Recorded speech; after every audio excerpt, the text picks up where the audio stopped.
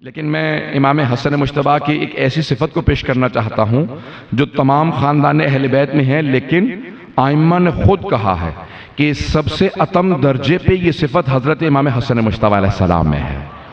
وہ کون سی صفت ہے؟ وہ ہے سخاوت۔ نہیں پہنچا پایا۔ امام حسن مجتبیٰ کا لقب ہے کریم اہل بیت۔ کریم اہل بیت، سخی نہیں، کریم۔ تھوڑی سی وضاحت کر دوں۔ امیر المومنین نے 4 طبقات بتائے ہیں معاشرے میں۔ پہلا مولا فرماتے ہیں کہ ہے لئیم، وہ کہتا ہے کہ میں کھاؤں نہ کھاؤں، کوئی اور کچھ نہ کھائے، اسے لئیم کہا گیا ہے۔ لئیم، لعین نہیں، لعین لعنت سے ہے، لئیم سخت دل سے۔ وہ کہتا ہے کہ مجھے کچھ نہ ملے لیکن میں کسی اور کو کچھ کھانے نہیں دوں گا۔ میں ترتیب سے کسی اور کی صفات نہیں بیان کر رہا ہوں، پہنچ رہے ہیں؟ اگر پہنچ رہے ہوں حضرات اب ترتیب سے سن لیجئے گا۔ جناب امیر علیہ السلام نے کہا پہلا ہے لئیم، جو کہتا ہے میں کھاؤں نہ کھاؤں، کوئی اور کچھ نہ کھائے۔ دوسرا ہے بخیل، عربی کے الفاظ ہیں بخیل، وہ کہتا ہے کہ کوئی کچھ نہ کھائے بس میں ہی کھاؤں۔ بخیل وہ ہے جب بس میں کھاؤں، کوئی اور کچھ نہ کھائے۔ کہا تیسرا ہے سخی، لیکن یہ وہاں نہیں جا سکتے اگر پہنچ رہے ہوں۔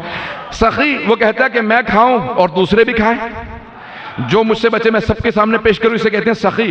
کریم چوتھا ہے، اور چوتھا میرا مولا ہے۔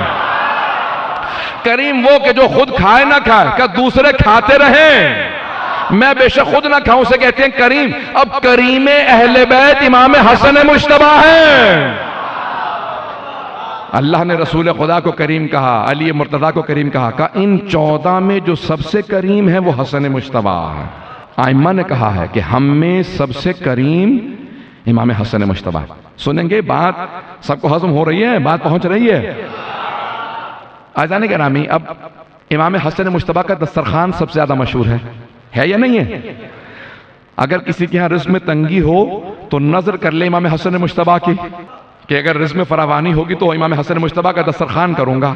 آج تک مدینے میں جو مزرعہ ہے، مرحوم ہو گئے اب تو، شیخ محمد علی سمری، اب ان کے بیٹے کاظم سمری جو شیعہ ہیں، آج تک 365 دن عصر کے بعد کھانا کھلاتے ہیں۔ پورے سال عاشورے کو فاقہ شکنی ہوتی ہے، پورے سال، اور ماہ رمضان میں افطار دیتے ہیں، پورے سال 365 دن، اور ایک نام سے یہ دسترخوان ہے حسن مجتبیٰ کا، یہ شہر ہے حسن مجتبیٰ کا، یہ سخی امام کا، کریم امام کا دسترخوان ہے۔ پوری دنیا میں دسترخوان مشہور ہے امام حسن مجتبیٰ کا۔ اچھا، اب معاویہ کو سب سے زیادہ تعجب اسی بات پہ ہوتا تھا کہ ہم نے فدق چھین لیا، ہم نے حکومت چھین لی، بیت المال چھین لیا، لیکن جب میں مدینے آتا ہوں حسن مجتبیٰ کا دسترخوان جاری۔ بڑا گھبرا کے سنا آپ نے اس بات کو۔ وہ ہمیشہ کہتا تھا ہم نے سب کچھ بیت المال چھین لیا، باغ فدق کچھ بھی نہیں ان کے پاس رہنے دیا، لیکن جب میں مدینے آتا ہوں تو سینکڑوں کی تعداد میں حسن مجتبیٰ کے دسترخوان پہ لوگ بیٹھے ہوتے ہیں۔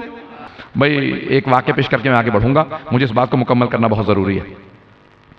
جناب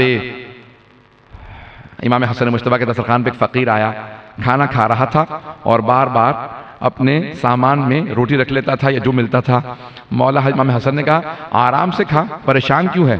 کہا قریب میں میں نے ایک آدمی کو دیکھا خشک روٹی کھا رہا ہے، میں اس کے پاس گیا تھا، اس نے آپ کے پاس بھیجا ہے، تو میں نے سوچا جب اسی نے بھیجا ہے تو اس کے لیے بھی کچھ لے جاؤں۔ مولا فوراً مسکرائے، کہا کوئی علامت بتا۔ کہا اس کے جسم سے ویسی خوشبو آتی ہے جیسے آپ کے جسم سے آ رہے ہیں۔ خوشبو ویسی ہے جیسے آپ کے جسم سے، امام کی خاص خوشبو ہوتی ہے نا، کہ خوشبو ویسی ہی آتی ہے جیسے آپ کے جسم سے۔ مولا نے کہا ابھی بھی نہیں سمجھا؟ کہا کیا نہیں سمجھا؟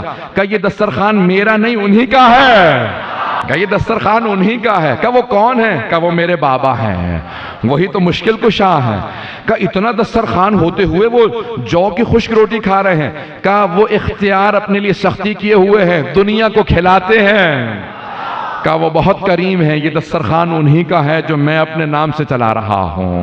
پتہ نہیں بات پہنچ رہی نہیں پہنچ رہی؟ تو اب امام حسن مجتبیٰ کا دسترخوان مشہور ہے، تو اب معاویہ کو اس بات سے بہت زیادہ چڑ تھی، اس بات سے بہت زیادہ بغض و عناد تھا کہ ہم نے سب کچھ چھین لیا، لیکن جب آؤ مدینے حسن مجتبیٰ کا دن رات مسلسل دسترخوان چلتا رہتا ہے، کوئی فقیر آ کے بیٹھ جائے حسن مجتبیٰ اپنے ہاتھ سے کھانا کھلاتے ہیں۔